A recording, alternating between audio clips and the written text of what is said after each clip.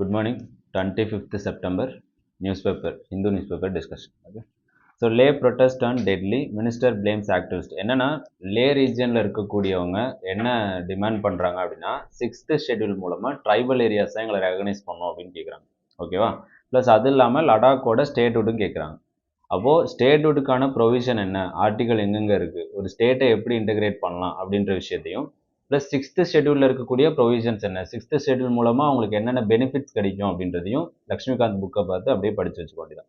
இந்த இஷ்யூஸ் நமக்கு தேவையில்லை. ஓகேவா? இஷ்யூஸ் என்ன போயிட்டுருக்குன்றது தேவையில்லை. இதுக்கு பேக்ரவுண்டில் இருக்கக்கூடிய என்ன தேவை அப்படின்னா அதில் கொடுக்கறதுனால என்ன பெனிஃபிட் இருக்குது அவங்களுக்கு அப்படின்றது, ப்ளஸ் கவர்மெண்ட்டுக்கு என்ன டிஸ்அட்வான்டேஜ் இருக்குது, ஏன் இதை கொடுக்க மறுக்கிறாங்க. பிகாஸ் அது என்னென்னா ஒரு பார்டர் ஏரியா இல்லையா. பார்டர் அப்படிங்கும் போது கவர்மெண்ட்டோட, அதாவது யூனியன் கவர்மெண்ட்டோட கண்ட்ரோலும் கொஞ்சம் தேவைப்படும், எக்ஸ்ட்ரா தேவைப்படும். ஓகே, ஏன்னா சைனீஸ் அக்ரெஷன் அந்த மாதிரி இஷ்யூஸ் போயிட்டு இருக்கிறதுனால. ஸோ அதை மட்டும் பார்த்து வச்சுக்கலாம். நெக்ஸ்ட் வந்து பார்த்தோன்னா high court rejects X Corp plea against take down orders. என்ன சொல்கிறாங்க அப்படின்னா ஐடி ரூல்ஸில் என்ன இருக்குது அப்படின்னா ஒரு கண்டென்ட் சோஷியல் மீடியாவில் போடக்கூடிய ஒரு கண்டென்ட்டு அப்யூசிவாக இருந்துச்சுனாவோ இல்லை ஒருத்தர் டிஃபமேஷன் அந்த மாதிரி இருந்துச்சுன்னா அதை என்ன பண்ணணும் அப்படின்னா ஒரு பர்டிகுலர் டைமுக்குள்ளே ரிமூவ் பண்ணணும். ஓகே, அப்படின்னு சொல்லிட்டு ஒரு ப்ரொவிஷன் இருக்குது. இந்த ப்ரொவிஷனை எடுக்க சொல்லி என்ன பண்ணுறாங்க அப்படின்னா ப்ரெஸ்ஸில் இருந்து கேஸ் போட்டிருந்தாங்க. ஆனால் அதை எடுக்க முடியாது, ஏன்னா சோஷியல் மீடியாஸை வந்து என்ன பண்ணி ஆகணும் அப்படின்னா ரெகுலேட் பண்ணி ஆகணும் அப்படின்னு சொல்லிட்டு ஹைகோர்ட் என்ன கொடுத்துருக்குன்னா ஜட்மெண்ட் கொடுத்துருக்கு. அதாவது உங்களுக்கு வந்து என்னென்னா பிளைண்டாக என்ன கொடுக்க முடியாது அப்படின்னா ஒரு ஃப்ரீடம் கொடுக்க முடியாது. அப்போது அது லார்ஜர் பப்ளிக் இன்ட்ரெஸ்ட்டையோ அவனோட ஃப்ரீடமையோ அஃபெக்ட் பண்ணும் அப்படின்றதுனால உங்களை ரெகுலேட் பண்ணி தான் ஆகணும் அப்படின்னு சொல்லிட்டு சொல்லியிருக்கு. அப்போ சோஷியல் மீடியாவை ரெகுலேட் பண்ணுறதுக்கு நம்ம என்னென்னலாம் வச்சுருக்கோம் ஆல்ரெடி. ஓகேவா? ஆர்டிகல் 19ல் ஃப்ரீடம் ஆஃப் ஸ்பீச் அண்ட் எக்ஸ்பிரஷனை என்ஷோர் பண்ணியிருக்கு. அதுலேயே என்ன இருக்குது அப்படின்னா பப்ளிக் ஆர்டரு, மொராலிட்டி, ப்ளஸ் என்னென்னா சாவரன்ட்டி ஆஃப் அ நேஷன், ஓகே, அந்த மாதிரி டிஃபமேஷன், இதுக்கு கீழே என்ன பண்ணியிருக்கோம் அப்படின்னா ரெஸ்ட்ரிக்ட் பண்ணியிருக்கோம் freedom of speech and expression. ஓகேவா? அது மட்டும் இல்லாமல் லீகலாக என்ன இருக்குது, ஐடி ஆக்ட் இருக்குது 2000, ப்ளஸ் ஐடி ரூல்ஸ் இப்போ 2021 வந்துச்சு இல்லையா. ஸோ அது இருக்குது. ஸோ அதில் என்னென்ன ப்ரொவிஷன்ஸ் இருக்குது அப்படின்றத மட்டும் லைட்டாக பார்த்து வச்சுட்டா போதும். ஓகே, ஸோ நெக்ஸ்ட் வந்து பார்த்தோம் அப்படின்னா செகண்ட் பேஜில் எதுவும் நியூஸ் இல்லை. தேர்ட் பேஜில் doctors call for precautions in seasonal flu. So இது என்னென்னா ஃப்ளூ அப்படின்ற ஒரு டிசீஸ், அது எதனால் க்ரியேட் ஆகுது அப்படின்றத மட்டும் பார்த்துக்கணும். ஸோ எதனால் அப்படின்னா it's a viral disease. Okay, அதோட சிம்டம்ஸ் என்ன அப்படின்றது. ஏன் சீசனல் அப்படின்னு சொல்கிறோம் அப்படின்னா ரெயின்ஃபால் அதிகமாக இருக்கும்போது மட்டும் என்னென்னா ஃப்ளூவோட இன்ஃபெக்ஷன்ஸ் வந்து அதிகமாக இருக்கும், ஃப்ளூவோட ஸ்ப்ரெட் வந்து அதிகமாக இருக்கும். ஓகேவா? ஸோ அப்போ ஃப்ளூ எப்போ இருக்கும், ப்ளஸ் என்னென்னா அதோட காசல் ஆர்கானிசம் என்ன, அதோட சிம்டம்ஸ் என்ன, இதை மட்டும் பார்த்துட்டா இதில் போதும். ஓகே, ஸோ நெக்ஸ்ட்டு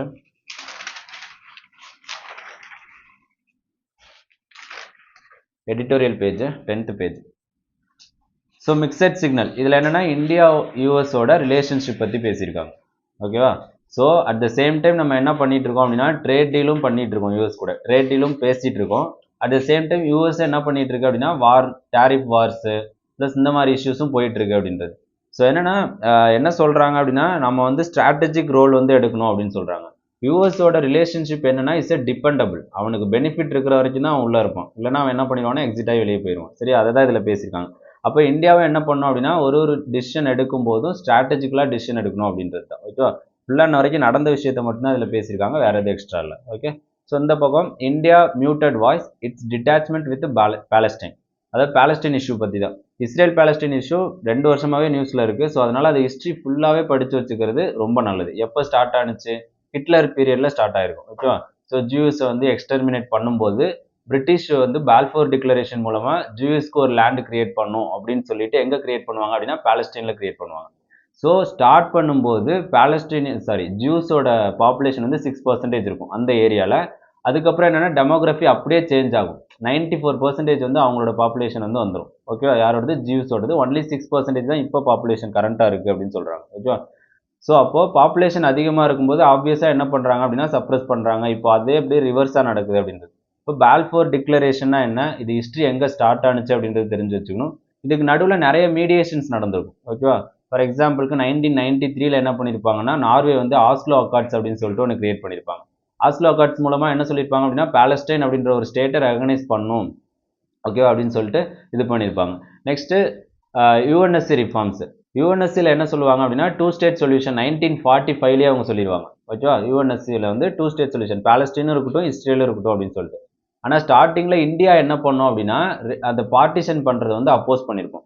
ஆனால் லேட்டராக என்ன பண்ணியிருக்கோம் அப்படின்னா ஓகே நாங்களும் 2 ஸ்டேட் சொல்யூஷனுக்கு ஓகே சொல்கிறோம் அப்படின்னு சொல்லிட்டு இன்ன வரைக்கும் இந்தியாவோட ஸ்டாண்டு அதுதான். ஓகே, நம்ம எதை தான் சப்போர்ட் பண்ணுறோம், 2 ஸ்டேட் சொல்யூஷன் தான் சப்போர்ட் பண்ணுறோம் அப்படின்றத எங்கேயா இருந்தாலும் சொல்லணும். அதே மாதிரி இஸ்ரேலுக்கு அகெயின்ஸ்டாகவும் நிறைய இடத்த ஓட் பண்ணியிருக்கோம் அப்படின்றதையும் மென்ஷன் பண்ணும். ஆக்சுவலி இந்த ஆர்டிக்கல் என்னன்னா அப்போசிஷன் பார்ட்டி எழுதுறதுனால இந்தியா வந்து பார்த்தோன்னா அதுக்கு வாய்ஸ் கொடுக்க மாட்டேங்கிறாங்க அப்படின்றது தான் இதில் பேசியிருக்காங்க. ஓகேவா? ஸோ இந்தியா வந்து பார்த்தோன்னா காங்கிரஸ் அந்த இதை பேசியிருக்காங்க. ஓகேவா? காங்கிரஸ் டைமில் அல்ஜீரியாவோட இண்டிபெண்டன்ஸாக இருக்கட்டும், பங்களாதேஷோட இண்டிபெண்டன்ஸாக இருக்கட்டும், இது எல்லாத்துக்கும் என்ன பண்ணியிருக்கோம் அப்படின்னா மாரலாக நம்ம வந்து சப்போர்ட் பண்ணியிருக்கோம். ப்ளஸ் என்னன்னா பங்களாதேஷை லிபரேட்டும் பண்ணியிருக்கோம் நம்ம அப்படின்னு சொல்கிறாங்க. ஓகேவா? ஸோ ஆனால் இப்போ என்ன ஆச்சு அப்படின்னா பாலஸ்டைன் இஷ்யூவில் இந்தியா வந்து ஸ்டாண்ட் எடுக்க மாட்டேங்குது. ஏன்னா இஸ்ரேல் ஃபுல்லாக வந்து இஸ்ரேலை நோக்கி டில்ட்டாக இருக்கிறதுனால பாலஸ்டைன் இஷ்யூவை கண்டுக்க மாட்டேங்கிறாங்க அப்படின்னு சொல்கிறாங்க. ஓகேவா? ஸோ ஆனால் நம்ம எழுதும்போது என்ன பண்ணக்கூடாது அப்படின்னா அப்படி எழுதக்கூடாது. என்ன பண்ணணும் அப்படின்னா 2 ஸ்டேட் சொல்யூஷனை சப்போர்ட் பண்ணுறோம், ஸ்ட்ராட்டஜிக்கல் வியூ எடுக்கிறோம். ஓகே, நம்ம எப்பவுமே என்ன பண்ணுறோம், பீஸை தான் ப்ரொமோட் பண்ணுறோம் அப்படின்ட்டு எழுதிடணும். Okay, so next just a pinch என்னன்னா இந்தியாவோட சால்ட் ஹை என்னன்னா சால்ட் அண்ட் சுகர் கண்டென்ட் இருக்கக்கூடிய ஃபுட்டு. ஓகேவா? ஸோ அந்த ஃபுட்டை பற்றி இதில் பேசியிருக்காங்க. அப்போது சால்ட் அப்படின்றது என்ன, சால்ட் அதாவது WHO வந்து எவ்வளோ ரெக்கமெண்ட் பண்ணியிருக்கு சால்ட் அப்படின்றது 5 gram to 6 gram per day. ஓகேவா? அவ்வளோதான் WHOட ரெக்கமெண்டேஷன் ஒரு அடல்ட் பர்சனுக்கு. ஓகேவா? ஸோ அந்த ரெக்கமெண்டேஷன்லேருந்து இந்தியா வந்து எவ்வளோ அதிகமாக, இந்தியாவில் மொத்தமாக குளோபல் சிட்டிசன்ஸ் வந்து எவ்வளோ அதிகமாக யூஸ் பண்ணுறாங்க, எந்தெந்த இதெல்லாம் அங்கே ரிஃபார்ம் தேவைப்படுது அப்படின்றத இந்த ஆர்டிக்கல் பேசியிருக்காங்க. ஓகேவா? ஸோ ஃபஸ்ட் ரிஃபார்ம் வந்து பார்த்தோன்னா அவேர்னஸை தாண்டி நமக்கு என்ன தேவை அப்படின்னா சால்ட் கன்சம்ஷனை குறைக்கணும். ஸோ அப்போ சால்ட் கன்சம்ஷனை குறைக்கிறதுக்கு நம்ம என்ன பண்ணலாம், சால்ட் டேக்ஸு, சில ரிஃபார்ம்ஸ் கொண்டு வரலாம். நம்ம என்ன தான் வந்து பார்த்தோன்னா பிங்க் சால்ட்டு நாங்கள் ஹிமாலயன் ராக்கில் இருந்து நாங்கள் ப்ரொடியூஸ் பண்ணி கொண்டு வரோம் அப்படின்னாலும் அதுலேயும் என்ன இருக்குன்னா கைண்ட் ஆஃப் சோடியம் சப்ஸ்டன்ஸ் இருக்குது. ஓகே, அதையும் பர்டிகுலர் அளவுக்கு மேலே எடுத்துட்டோம் அப்படின்னா அதுவும் இம்பாக்ட் தான் கிரியேட் பண்ணும் அப்படின்னு சொல்கிறாரு.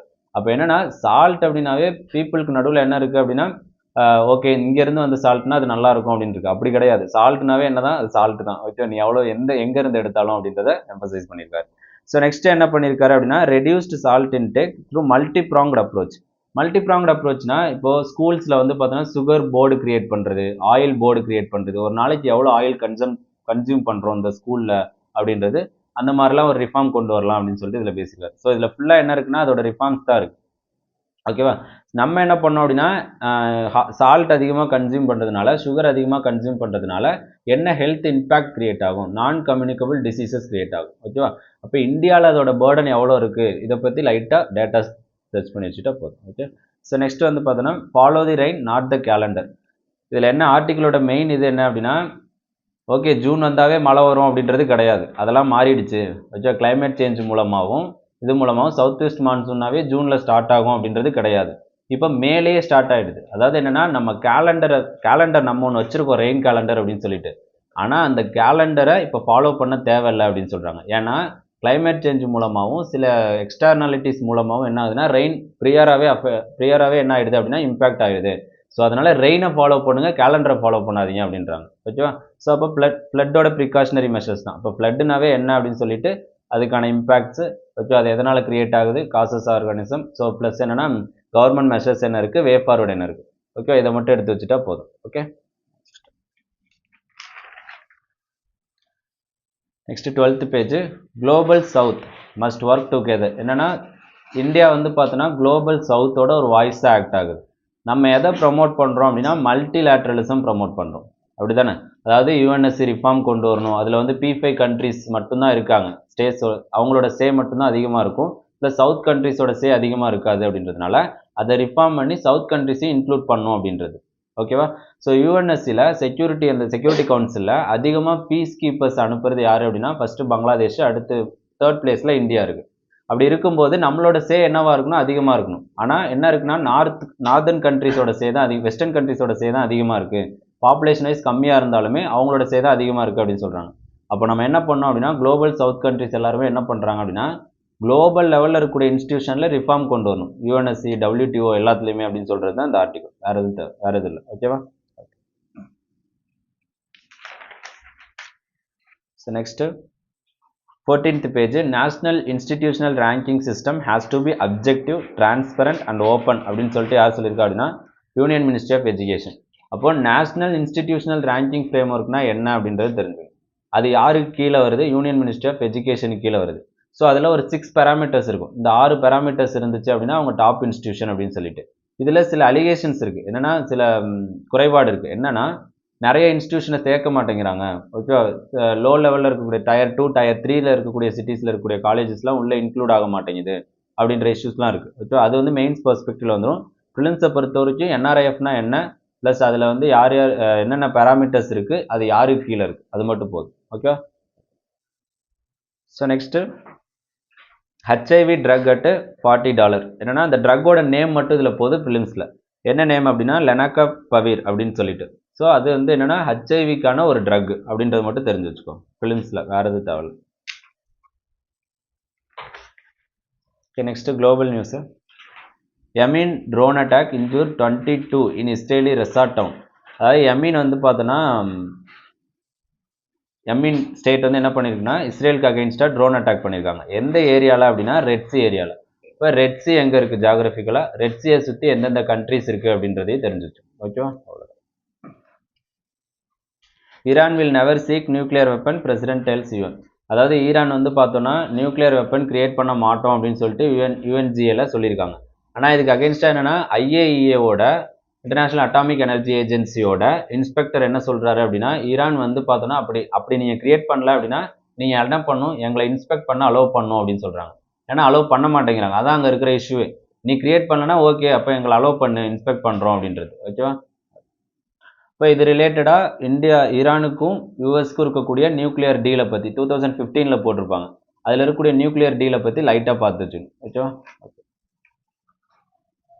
So next India is mostly with US. Zelensky என்ன சொல்லியிருக்காரு, சாரி அஸ் அப்படின்றது, India is mostly with Ukraine அப்படின்னு சொல்லிட்டு ஜெலன்ஸ்கி சொல்லியிருக்காரு. எங்களுக்கு ஹெல்ப் பண்ண தான் இந்தியா இருக்காங்க அப்படின்னு சொல்லிட்டு.